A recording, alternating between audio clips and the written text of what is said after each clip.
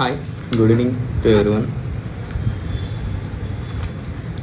Next ఇప్పుడు 150 ఎఫ్ఆర్జన్ నుంచి చెప్పుకుందాము.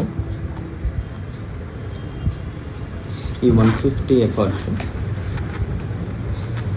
if a patient complain of one or more trivial symptoms that have been only observed a short time previously, the physician should not regard this as a fully developed disease that requires serious medical aid. A slight alteration in the diet and regimen will usually suffice to dispel such an indisposition. ఇక్కడ trivial symptoms అంటే కొద్దిపాటి అస్వస్థత, ఏదైనా చాలా స్వల్పమైనటువంటి అస్వస్థత, అనారోగ్యం సంబంధించిన లక్షణాలు అన్నమాట. So అలాంటి ఏదైనా చిన్న చిన్న కొద్దిపాటి లక్షణాలు అవి చాలా రీసెంట్ టైంలోనే గమనించడం కానినట్లయితే అలాంటి వాటిని మనం ఫుల్లీ డెవలప్డ్ డిసీజ్డ్గా కన్సిడర్ చేయాల్సిన అవసరం లేదు. అండ్ నెక్స్ట్ అక్కడ మెడిసిన్ యొక్క వైద్యపరమైనటువంటి చికిత్సాపరమైనటువంటి సహాయం కూడా అవసరం లేదు.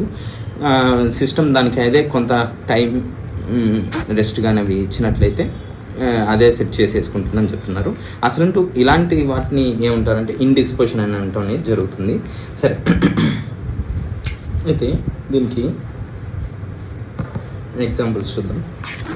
If a patient complain of one or more trivial symptoms that have been only observed a short time previously,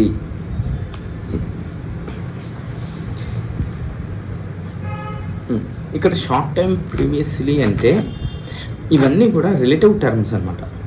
so a కేసులో ఎప్పుడు ఏది తక్కువ సమయంలో అది ఆవిర్భవించాయి, ఏంటి, వేటికి ఎంత ఎక్కువ ఇంపార్టెన్స్ ఇవ్వాలి, దేనికి ఎంతవరకు ఇవ్వాలి అనేది అవన్నీ కూడా ప్రాక్టీస్లో భాగంగా అండ్ నెక్స్ట్ క్లినికల్ నాలెడ్జ్ కానీ సబ్జెక్టు మీద అవగాహన ఉండేదాన్ని బట్టి మనకు అది ఒక్కొక్కటి అర్థమవుతుంది.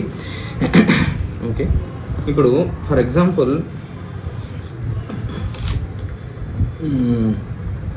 ఏదన్నా ఇంట్లో మంచి కూర ఏదైనా చేశారు, చాలా బాగుంది, ఫస్ట్ టైం చేశారు, చాలా టేస్టీగా వచ్చింది, బాగా ఫుల్గా తినేసారనమాట. చెప్పారు కదా సారు, మిక్సీలో ఫుల్గా నింపేస్తే మిక్సీకి కూడా తిరగటం ఆపేస్తుంది అనేసి. అలాగా బాడీ బయట పడేయటం ఎందుకులే అంటే లైట్గా వాసన 2 పూట్లు తిన్నాను, ఫుల్గా తిన్నాను, ఇంకా మిగిలిందండి, బయట పడేయటం ఎందుకులే, బయట డస్ట్బిన్లో ఎందుకు, నా డస్ట్బిన్లో వేద్దాం అనేసి నేను వేసాను అని చెప్పేస్తారు. అంతగా వేసేసిన ఫుల్గా నింపేసినప్పుడు స్టమక్లో ఆ చర్నింగ్ మూమెంట్స్కి కూడా స్పేస్ లేనంతగా తిన్నప్పుడు అది సాధారణంగా ఎవరికైనా జరిగేది. కడుపు ఇంకా ఊపిరి కూడా తీసుకోలేనంతగా ఎగశ్వాసగా రావటం, ఇంకా ఇబ్బంది అనిపిస్తే ఇంకా వామిటింగ్స్ కూడా అయిపోతాయి. లేదంటే డయేరియా, ఇంకా వైటల్ స్ట్రెంత్ బాగుండి అంతా ఇది అయినట్లయితే ఇది డయేరియా కూడా 1 or 2 మోషన్స్ అవుతాయి, మళ్ళీ సెట్ అయిపోతుంది. కానీ ఇలాంటి వాటిల్లో ఎక్కడ మనం మెడిసిన్ అవసరం, ఎక్కడ అవసరం లేదు అనేది ఈ ఎఫ్ఆర్జన్స్లో మనకు తెలుస్తుంది అన్నమాట. ఒకవేళ ఇలా 2 పూట్లు 3 పూట్లు ఫుల్గా తినేసి తర్వాత రోజు కూడా మిగిలింది తినేసి కడుపంతా నిండిపోయి అసలు ఎటువంటి స్పేస్ లేని టైంలో వామిటింగ్ అవటం తప్ప, ఇంకా వామిటింగ్ చేసుకునే గత్యంతరం తప్ప ఇంకేది లేదు అన్న టైంలో వామిటింగ్ చేసుకుంటే రిలీఫ్ వచ్చేసిందని చూసి తర్వాత ఏం తిన్నారు ఏంటంటే డికంపోజ్డ్ మీట్, అంటే స్మెల్ వచ్చేసింది అందుకనేసి డికంపోజ్డ్ మీట్ కింద తీసుకోవటం, వామిటింగ్ తర్వాత రిలీఫ్ వచ్చేసింది అనేసి సమ్ ఆర్సనిక్ ఆల్బుల్, నక్స్ వంకాయ ఇలాంటివి వేయాల్సిన అవసరం లేదు. వాటిని దానికే అది అంత ఫుల్గా తినేసాడు కాబట్టి ఒకరోజు రెస్ట్ ఇచ్చేసి ఒకరోజు అసలు ఏమీ ఫుడ్ తినకుండా ఉంటే దానికి అదే సెట్ అయిపోతుంది అనమాట. సో ఇలాంటి ఇది ఇక్కడ మనం చూసుకోవాల్సింది ఏంటి అంటే అక్కడ నిజంగా వైటల్ ఫోర్స్ ప్రొడ్యూస్ చేసిన సిమ్టమ్స్ ఇవి, అంటే మార్బిడ్ వైటల్ ఫోర్స్ అంటే రేంజ్డ్ వైటల్ ఫోర్స్, అంటే వీటిల్లో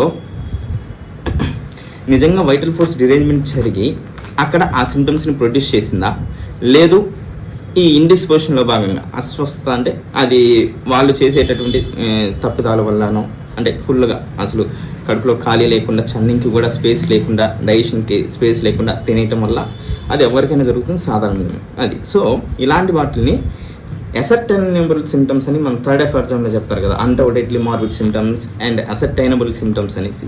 సో వాటిని కన్సిడరేషన్లోకి తీసుకొని అప్పుడు ఎప్పుడు మెడిసిన్ ఇవ్వాలి, ఎప్పుడు ఇవ్వకూడదు అనేసి డిపెండ్ అయి ఉంటుందన్నమాట అది. సో ఇంకొక ఎగ్జాంపుల్ కానీ చూసుకున్నట్లయితే, యూజువల్ న్యూ ఇయర్ వచ్చింది. ఇంకా న్యూ ఇయర్ వచ్చిన తర్వాత అందరూ కొన్ని కొత్త రిజల్యూషన్స్ పెట్టుకుంటారు అనమాట. అందరూ హెల్త్ ఫిట్గా ఉండాలి, సో బాగా బాడీ స్ట్రాంగ్గా ఉండాలి, ఇలాంటివన్నీ. సో ఆ క్రమంలో జిమ్లో మెంబర్షిప్ పెట్టేసి 1 ఇయర్కి కట్టేసి జాయిన్ అయిపోయాడు. బాగా అత్యుత్సాహంగా ఉంటారు కదా, ఒక 2 రోజులు 3 రోజులు చేసేస్తారు అన్నమాట. చేసిన తర్వాత అన్నీ ఎక్కడికక్కడ పట్టుకుపోతాయి. ట్రైనర్ చెప్పిన దానికన్నా ఎక్కువ చేసేస్తాను అంతంగా. ఎందుకంటే ఆ రిజల్యూషన్ తొందరగా వాడు 1 ఇయర్ టైం చెప్తే మనం 6 monthsలోనే వాటిని అచీవ్ చేయాలి అన్న ఆతృత.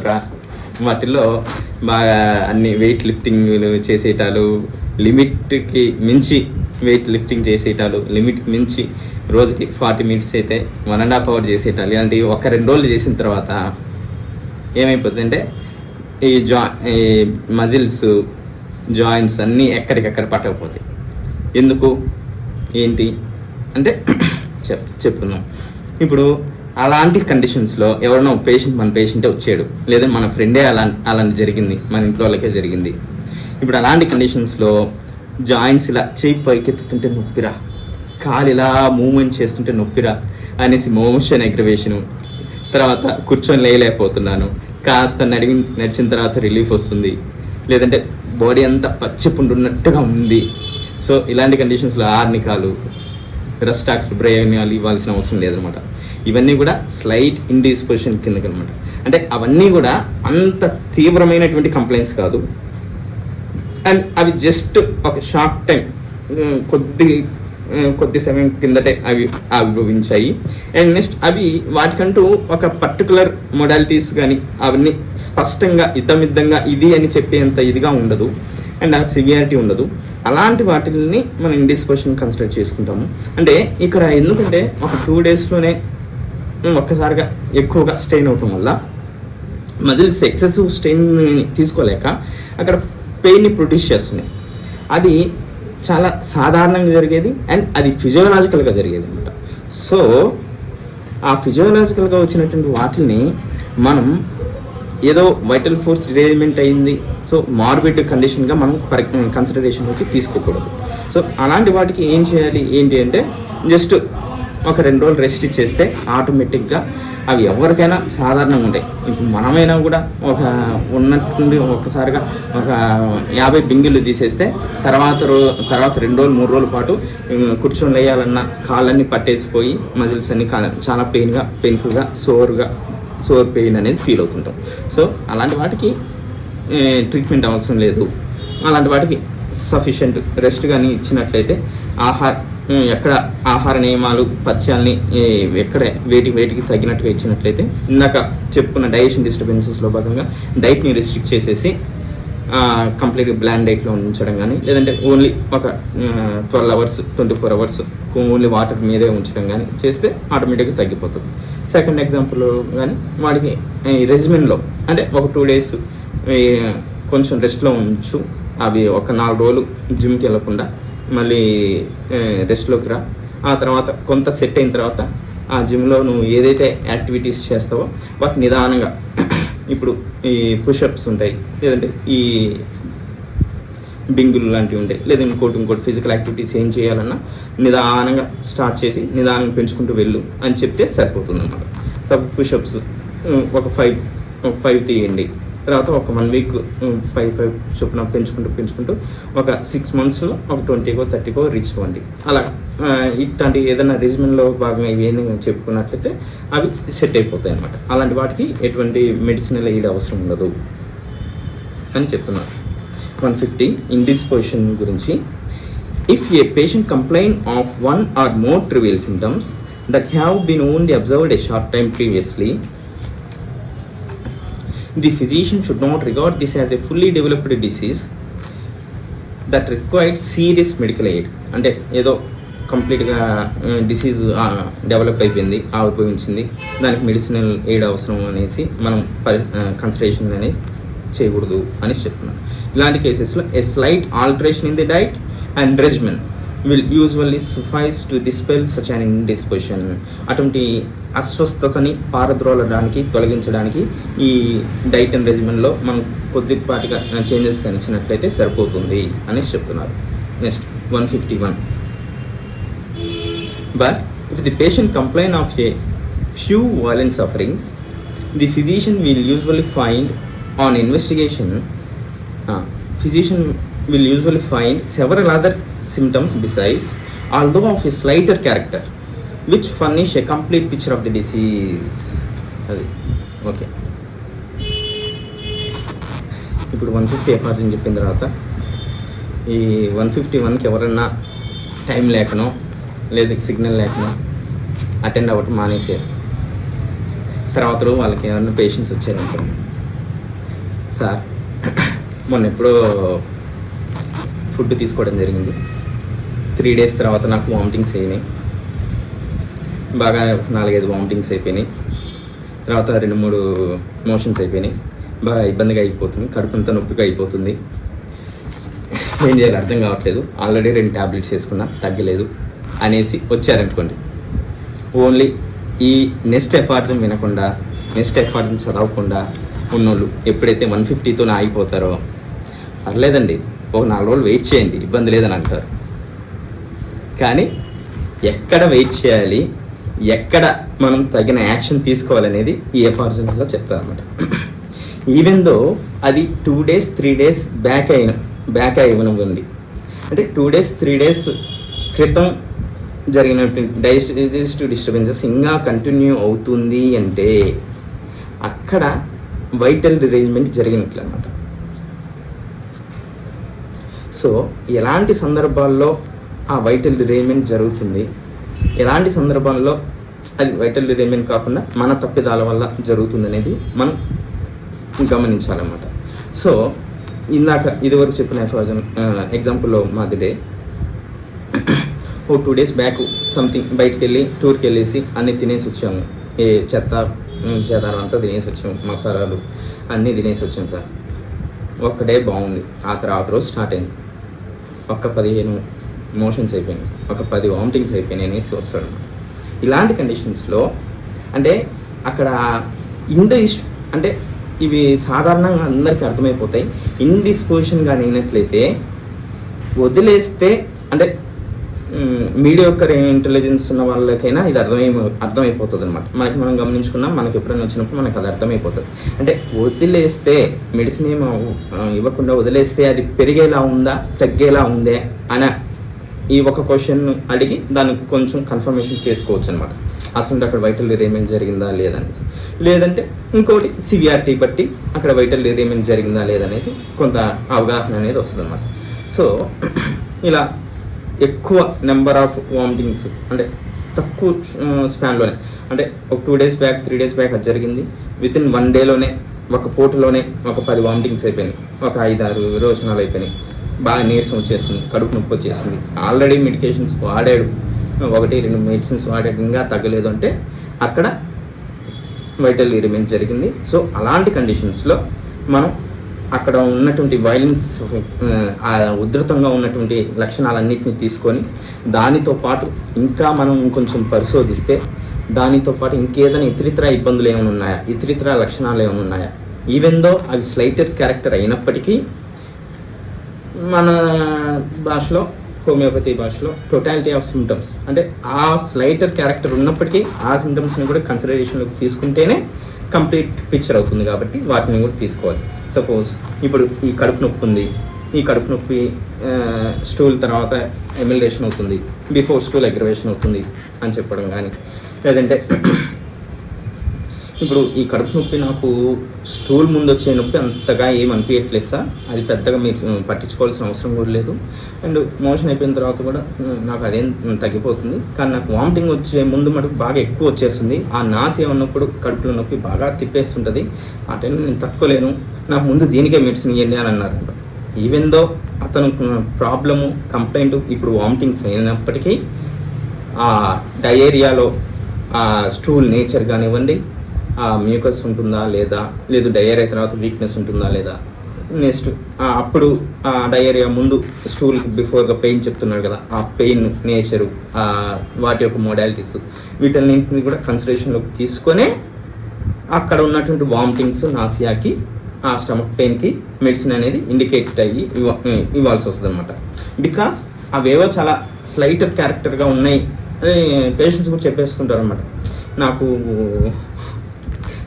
నాకు ఓన్లీ ప్రజెంట్ ఇది పెయిన్ ఎక్కువ ఉంటుంది, నాకు దేనికే మందు ఇవ్వండి అనేసి డాక్టర్కి చెప్తుంటారు, మనకి చెప్తుంటారు అన్నమాట. అంటే దేనికి కన్సిడరేషన్ చేసుకోవాలి, దేనికి ఇంపార్టెన్స్ ఇవ్వాలి అనేది కూడా వాళ్ళే చెప్తున్నారు. కానీ మనం హోమియోపతిక్ ఫిజిషియన్గా టోటాలిటీని చూసుకొని, అంటే అక్యూట్ డిసీజెస్లో చాలా మైన్యూట్ ఇన్ఫర్మేషన్ కూడా చాలా ఇంపార్టెంట్ అనమాట. అది నెక్స్ట్ ఎఫర్ గురించి చెప్తాను. అది సో వాటన్నిటిని కన్సిడరేషన్లోకి తీసుకొని, బికాస్ ఇట్ ఈజ్ మొత్తం కూడా ఆ డిసీజ్లో ఒక పార్టే కాబట్టి, so we can't neglect it. So అదనమాట. So but if the patient complain of a few violent sufferings, the physician will usually find on investigation several other symptoms besides. అంటే ఆ violent sufferings ఏదైతే బాగా ఇబ్బంది పడుతున్నాడో ఆ యొక్క లక్షణాలే కాకుండా ఇంకా పరిశోధిస్తే దానితో పాటు ఇంకే మిగిలిన ఇతర ఇబ్బందులు కూడా, ఇతర లక్షణాలు కూడా బయటికి కనిపిస్తుంటాయి. సో ఈవెన్ దో ఆ మిగిలిన ఇబ్బందులు అనేవి అతనికి అంత ఇబ్బంది పెట్టకపోవచ్చు, చాలా మినిమంగా స్లైటర్గానే ఉండొచ్చు, కానీ వాటిని కూడా కన్సిడరేషన్లోకి తీసుకొని అప్పుడు మాత్రమే ఆ డిసీజ్ యొక్క పిక్చర్ అనేది కంప్లీట్ అవుతుంది అనేసి చెప్తున్నాను అనమాట. Although of a slighter character which furnish a complete picture of the disease. అదనమాట. ఈవెన్ అవి చాలా మినిమంగానే ఉన్నాయి కదా, నాకు అంత పెద్ద ప్రాబ్లమాటిక్ లేదు కదా అని చెప్పినప్పటికీ మనం వాటిని కన్సిడరేషన్లోకి తీసుకొని వాటికి ఎంత ఇంపార్టెన్స్ ఇవ్వాలి ఏంటి అనేది అప్రోప్రియేట్ ఇంపార్టెన్స్ ఇచ్చుకొని మెడిసిన్ అనేది సెలెక్షన్ చేసుకోవాలన్నమాట. అది. And next 152. ఈ 152 ఎఫార్జన్కి ముందు ఒక చిన్న ఇంట్రడక్షన్ చెప్పాలన్నమాట. ఒక 2 years బ్యాక్ మా పాపకి కాఫ్ అనే కంప్లైంట్ బాగా ఎక్కువగా ఇబ్బంది పెట్టిందన్నమాట. అంటే అప్పుడు ఆల్మోస్ట్ హోమియోలో మనం ఏ మెడిసిన్ వేస్తున్నా కూడా ఏదో కొంచెంగా తగ్గుతుంది, ఒక 50% తగ్గుతుంది, ఆ 50% రెమినెన్స్ అనేది అలానే ఉంటుంది అనమాట. మళ్ళీ ఒక 4 రోజులకు మళ్ళీ పెరగటం, మళ్ళీ తగ్గటం, లాస్ట్కి ఒక 3-4 వారాల పాటు అలానే ఉంది, 3-4 weeks అలానే ఉండి ఇంకా ఆల్మోస్ట్ ఇంకా అలోపతి వాడాల్సి వచ్చింది. అండ్ నెక్స్ట్ అలోపతి మెడికేషన్ కోసం వెళ్తే పాప ఏమో సిరపులు మింగదనమాట. కంప్లీట్గా ఏమాత్రం కొంచెం సిరప్ వేసినా వాంతి చేసేసుకుంటుంది, వాంతి రాకపోయినా తెప్పించుకొని మరి వాంతి చేసుకుంటుంది, అలాంటి కండిషన్. సో ఇంజక్షన్ వేయాల్సి వచ్చింది, ఇంజక్షన్ వేసాం.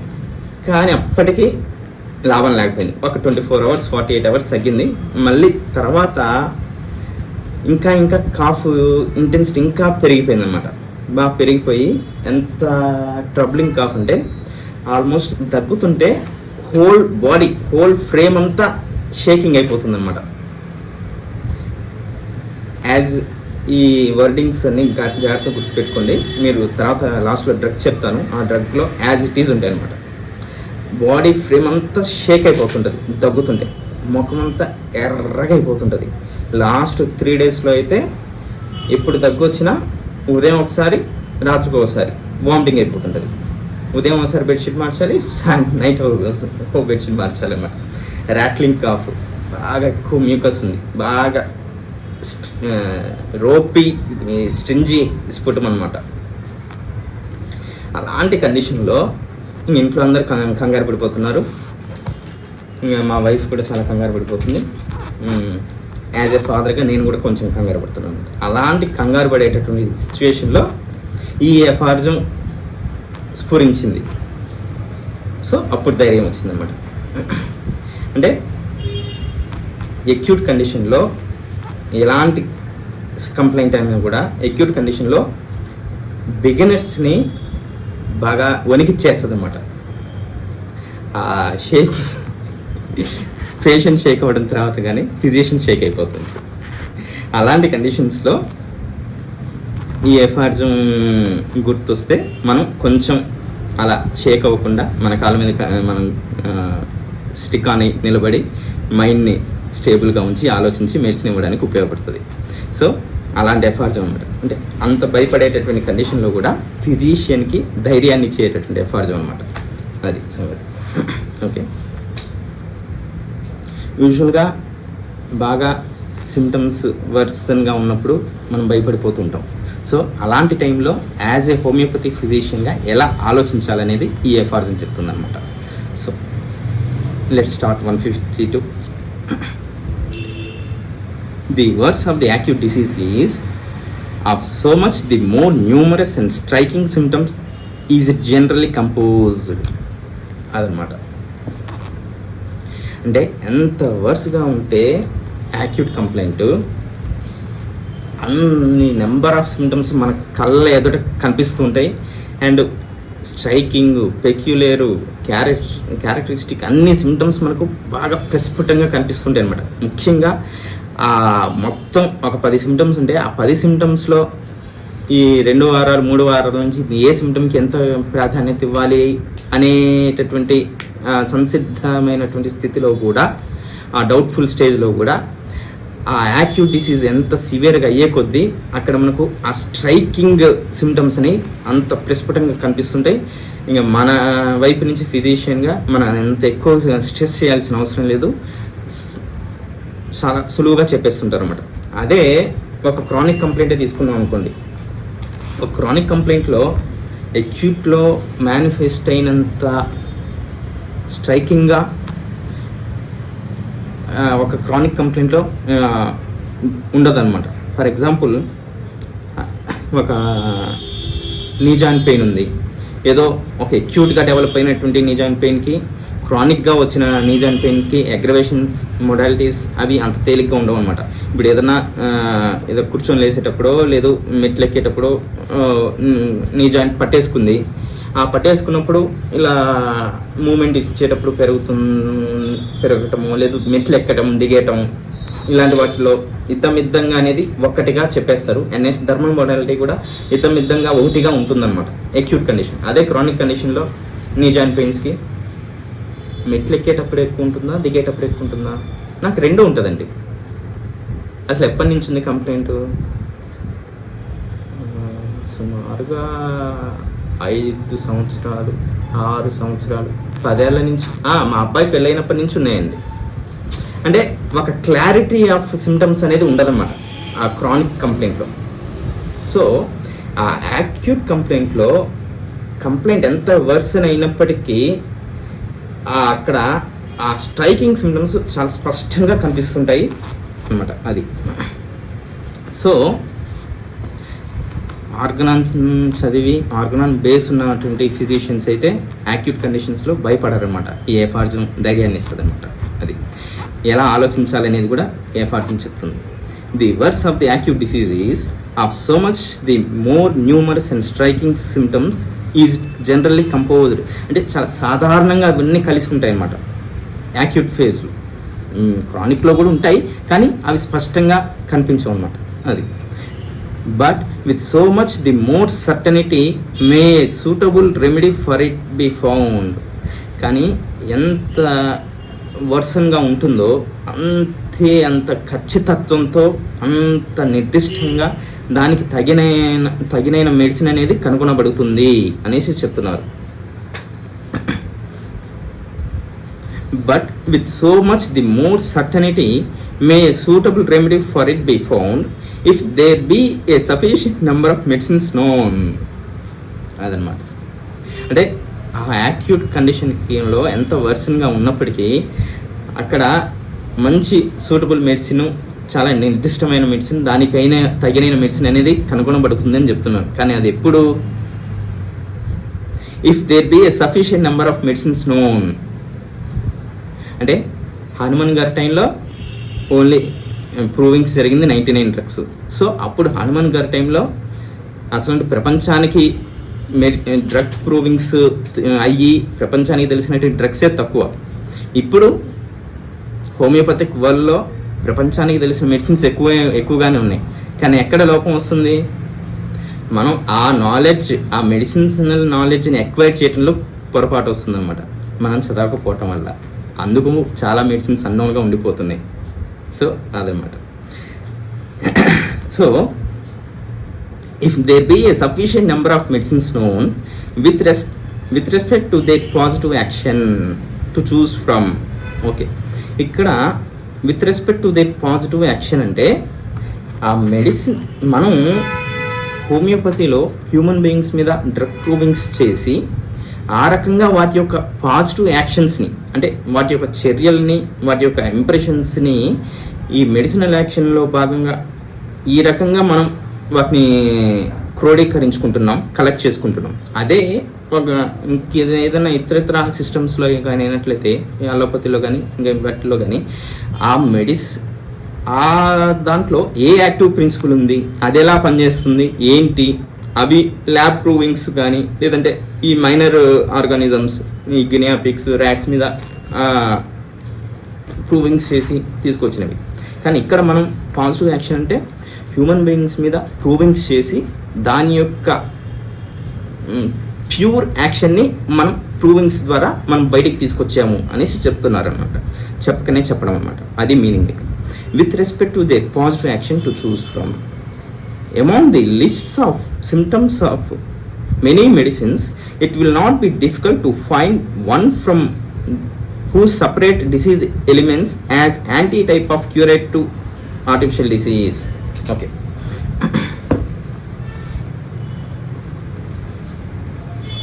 దీన్ని కంప్లీట్ చేయడానికి ముందుగా మీకు ఒక ఎగ్జాంపుల్ చెప్తాను, ఆ తర్వాత దీన్ని సైమల్టేనియస్గా కలుపుకుంటూ చెప్తే అప్పుడు బాగా అర్థమవుతుంది. ఇప్పుడు ఇందాక చెప్పిన మా పాప కేసే ఉంది. కాఫ్ ఇంకా లాస్ట్ 1 వీక్లో బాగా సివియర్ అయిపోయింది. లాస్ట్ 3 డేస్ ఉన్నప్పుడైతే ఇంకా ఎక్కువైపోయింది. ఇప్పుడు ఆ టైంలో డ్యూరింగ్ స్లీప్ కాఫ్ అగ్రవేషన్ అనమాట, and at the same time lying aggravation కూడా ఉంటుంది, అండ్ కోల్డ్ ఎయిర్ అగ్రవేషన్, చలిగాలికి పెరుగుతుంది, అండ్ కొంచెం పడుకున్న పొజిషన్లో వచ్చేటటువంటి కాఫ్ కొంచెం దిండెత్తు పెట్టుకొని పడుకోవటం కానీ, రిక్లైనింగ్ పొజిషన్ అంటారు కదా, అలా రిక్లైనింగ్ పొజిషన్ కానీ కూర్చుంటే కానీ రిలీఫ్ వస్తుంది. అండ్ దగ్గు వచ్చి వామిటింగ్తోనే ఎండ్ అవుతుంది. వామిటింగ్ అయితే బాగా ఎండ్ అవుతుంది. అండ్ నెక్స్ట్ వచ్చేటప్పుడు వామిటర్స్లో బాగా స్ట్రింజీ స్ఫుటము ఇవన్నీ ఉంటున్నాయి అన్నమాట. అండ్ నెక్స్ట్ అప్పుడు అలోపతి హాస్పిటల్ తీసుకెళ్ళినప్పుడు కూడా తను ఓవర్గా మాట్లాడేస్తుంది. సో నాకు సంథింగ్ ఏదో కొంచెంగా తేడా కొట్టింది అనమాట. ఏంటి తను రోజు మాట్లాడేదానికన్నా కొంచెం ఎక్కువగా మాట్లాడేస్తుంది, యాక్టివ్గా చురుకుగా ఉందన్నమాట. అంటే మామూలుగా అలా ఇబ్బందిగా ఉన్నప్పుడు కొంచెం డల్గా ఏదో కొంచెం ఇలా ఉన్నారు కదా, బట్ యాక్టివ్గా ఎక్కువగా మాట్లాడిస్తూ ఉందన్నమాట. సో ఈ సిమ్టమ్స్ అన్నిటినీ పేపర్ మీద రాసుకొని ఆ తర్వాత రిపెట్రైజ్ చేయడం జరిగిందన్నమాట, మాన్యువల్ రిపెట్రేషన్. యూజువల్గా స్ట్రింజీ డిశ్చార్జెస్ అంటే మనకు స్ట్రైక్ అయ్యేది క్యాలిబైక్ స్ట్రైక్ అవుతుంది. కానీ ఈ లైన్లో ప్రాక్టీస్ చేయడం వచ్చిన తర్వాత స్ట్రింజీ డిశ్చార్జెస్ అంటే మనకి స్ఫుటంలో ఒక 2.5 రో ఉంటాయి. ఆ రోపీ మళ్ళీ next compare with stringy, compare with ropy, viscid అనేసి ఇస్తారన్నమాట. సో రోపీలో 2.5 ఉంటాయి, స్ట్రింజీలో 5 రోస్ ఉంటాయి అన్నమాట. అసలు వాటిలో అన్ని రోజులు డ్రగ్స్ గుర్తు రాకపోయినా అసలు ఇన్ని రోజులు ఉన్నాయనేసి తెలుస్తుంది. అండ్ నెక్స్ట్ తీసిన ప్రతిసారి ఒక్కొక్క డ్రగ్ యాడ్ చేసుకోవడం జరుగుతుంది అన్నమాట. అండ్ నెక్స్ట్ ఈ ప్రాసెస్లో తనకి డ్యూరింగ్ స్లీప్ మధ్యాహ్నం పడుకున్నా వస్తుంటుంది, నైట్ పడుకున్నా వస్తుంటుంది. ఫస్ట్ మొత్తంగా 4 వీక్స్ ఉంది కదా, ఆ ఫస్ట్ 3 వీక్స్లో అయితే మటుకు 1 to 3 మధ్యలో కాఫ్ వచ్చేదన్నమాట. 2కి ఒకసారి, 2:30కి ఒకసారి, 1:30కి ఒకసారి, ఇలా జరుగుతూ ఉందన్నమాట. లాస్ట్ 1 వీక్లో మటుకు కరెక్ట్గా 1కి దగ్గరలో కాఫ్ అగ్రవేట్ అయ్యేది. అసలు ఈ టైం మొడాలిటీని మనం పట్టుకోవడం కొంచెం కష్టం. ఎందుకు ఏంటంటే ఇప్పుడు night time 1 AM 2:30 AM cough వస్తుంది అంటే డ్యూరింగ్ స్లీప్లో కాఫ్ వచ్చినట్ట, లేదంటే బికమింగ్ కోల్డ్ బాగా చల్లగా అయిపోవటం వల్ల కాఫ్ వచ్చినట్లా, లేదు ఏదో యూరిన్ పోయడం వల్ల మెలకు వచ్చిన తర్వాత కాఫ్ రావటమా?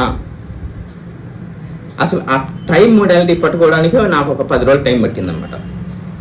అంటే అది డిసైడెడ్ అగ్రవేషన్గా, అంటే అది కంప్లీట్గా రిలేటెడ్ టు దట్ టైమే అని. ఎందుకంటే 1 to 3 మధ్యలోనే కాఫ్ వస్తుంది. దాని తర్వాత అప్పుడు ఒక 1/2 hour 40 minutes ఇంకా పడుకోలేదు. ఆ తర్వాత నేను కోల్డ్ డ్యూరింగ్ స్లీప్ అగ్రవేషను, తర్వాత బికమింగ్ అంటే ఆ టైంలో బాగా రూమ్ అంతా చల్లగా అయిపోతుంటుంది కదా, ఆ చల్లగా బికమింగ్ కోల్డ్ అనేది అగ్రవేషను, తర్వాత కొంచెం రిక్లైనింగ్గా లేదంటే కూర్చోబెడితే రిలీఫ్ రావటము, ఇలాంటివన్నీ చూసి ఏదో ఫాస్ఫరస్ లాగా అనిపించి ఫాస్ఫరస్ వేస్తూ ఉండేవాడిని. ఒక 4 రోజుల పాటు అయితే నైట్ టైం ఫాస్ఫరస్ వేసిన తర్వాత ఒక 1/2 hour తర్వాత తగ్గుతుంది కదా అనేసి తగ్గిందిలే, మెడిసిన్ బాగా పనిచేసిందిలే అని అనుకుంటూ ఉండేవాడిని.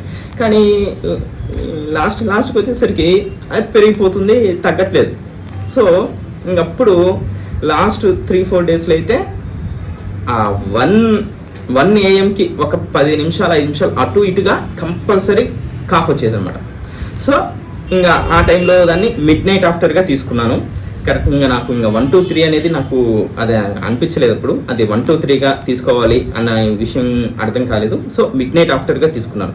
సో వీటన్నిటిని సిమ్టమ్స్ అన్నిటినీ కలెక్ట్ చేసుకొని 4 డ్రగ్స్ వచ్చాయి. కాస్టికం ఒకటి, కోకస్ క్యాక్టే ఒకటి, ఫాస్ఫరస్, రూమెక్స్. ఆల్రెడీ ఫాస్ఫరస్ ట్రై చేసేసాను అవట్లా. సరే, అప్పుడు ఇంకా మిగిలిన డ్రగ్స్ చదివాయి అనమాట. మిగిలిన డ్రగ్స్ చదివి దాంట్లో పాటుగా కోకస్ క్యాక్టై ఎప్పుడైనా మన అక్యూట్లో కానీ క్రానిక్ కానీ ఇంకా సపరేట్గా చెప్పాల్సిన అవసరం లేదు కదా, మైండ్ సిమ్టమ్స్ని కూడా కలుపుకొని పోవాలి.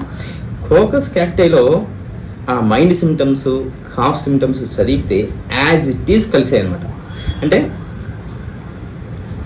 కోకస్ క్యాక్టైల్ మైండ్లో ఇలా ఉంటుంది, lively, animated and talkative mood అని ఇచ్చాడనమాట.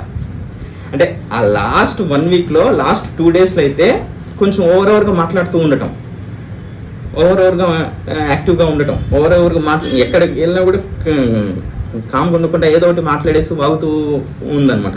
అలా వాగుతూ ఉండటం, మాట్లాడుతూ ఉండటం, స్ట్రింజీ డిశ్చార్జెస్ అండ్ దగ్గేటప్పుడు బాడీ అంతా షేక్ అయిపోవడం, shaking the whole frame of the body అని చెప్తారనమాట ఆ కోకస్ క్యాక్టైలో.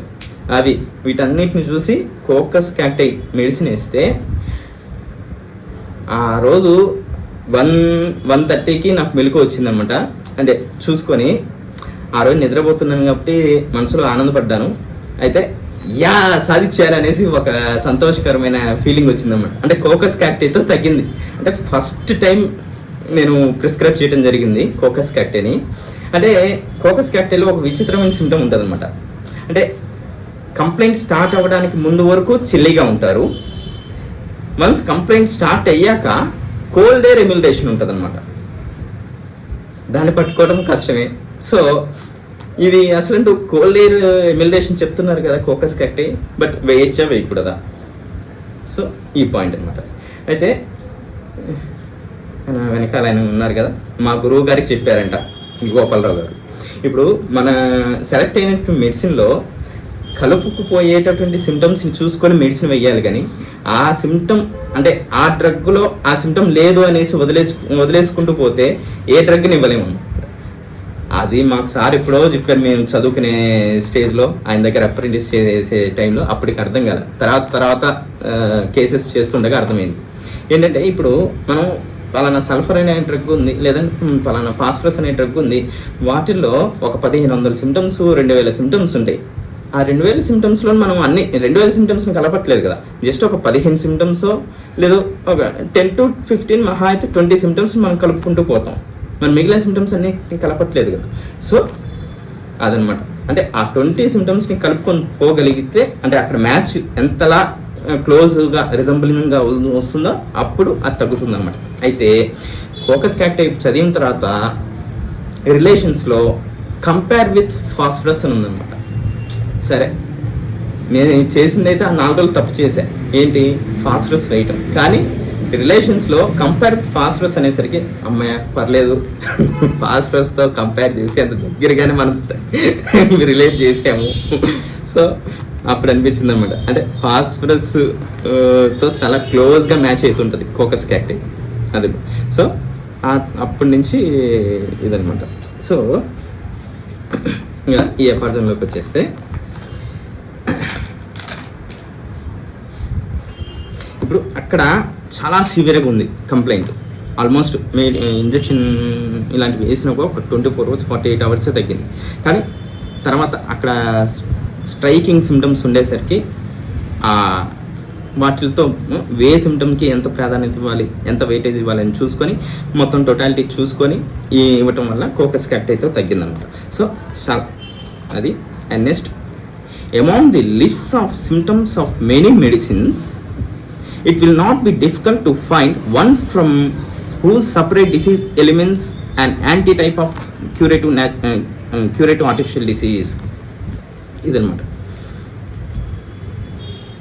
ఏమండి ఇక్కడ యాంటీ టైప్ అని ఉంది.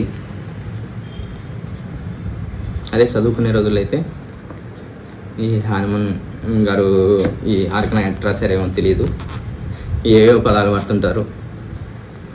ఆర్గనాన్ మొత్తంలోనేమో సిమిలర్ అని ఇస్తారు, సిమిలిబస్ క్యూరెంటర్ అని ఇస్తారు. ఇక్కడ యాంటీ టైప్ అని ఇచ్చాడు. ఎట్లా అనేసి పుస్తకం పక్కన పడేసి బయట అలా బండి మీద 4 రౌండ్లు వేసి తినేసి వచ్చి పడుకున్నాం అన్నట్టు చేస్తాం. కానీ ఇక్కడ యాంటీ టైప్ అంటే యాక్చువల్లీ అందరికీ బయట డిక్షనరీస్లో దొరికే మీనింగ్ వచ్చేసి వ్యతిరేక రకం అనేసి వస్తుందన్నమాట. బట్ ఇక్కడ యాంటీ టైప్ అనేది ప్రోటోటైప్, యాంటీ టైప్ అని 2 వర్డ్స్ అనమాట. యాంటీ టైప్కి ఆపోజిట్ వర్డ్ ప్రోటోటైప్. ప్రోటోటైప్ అంటే అసలు రూపం, మూల రూపం అనేసి. యాంటీ టైప్ అంటే ప్రతిరూపం అనేసి. So among the list of symptoms of many medicines it will not be difficult to find one from who separate disease elements and anti type of curative artificial disease. అంటే అనేక ఔషధాల్లో చాలా symptoms ఉంటాయి. వాటన్నిట్లోనూ మనకు ఇక్కడ natural డిసీజ్లో ఉండేటటువంటి దానికి ప్రతి natural disease అనేది అసలు రూపం, మూల రూపంగా అనుకున్నట్లయితే ఇక్కడ ఆర్టిఫిషియల్ మెడిసినల్ డిసీజ్ అనేది ప్రతిరూపం. సో అటువంటి ప్రతిరూపమైనటువంటి ఆర్టిఫిషియల్ మెడిసినల్ డిసీజ్ని కనుగొనడం అనేది పెద్ద కష్టమైన పనేమి కాదు అనేసి చెప్తున్నారు. సపోజ్ ఇందాక ఆ సిమ్టమ్స్ అన్నిటిని చూసుకుంటే మనకు 4 డ్రగ్స్ వచ్చాయని చెప్పాను. అంటే కాస్టిక్ ఒకటి, కోకస్ క్యాక్టీ ఒకటి, ఫాస్ఫరస్, రుమెక్స్. సో వీటన్నిటిలో ఒక్కొక్క డ్రగ్కి ఒక అరగంట టైం ఇచ్చి చదివేస్తే మనకు ఒక క్లారిటీ వచ్చేస్తుంది. సరే, కోకస్ క్యాక్టీకి వచ్చాము. కోకస్ క్యాక్టీలో అనేక లక్షణాలు ఉంటాయి.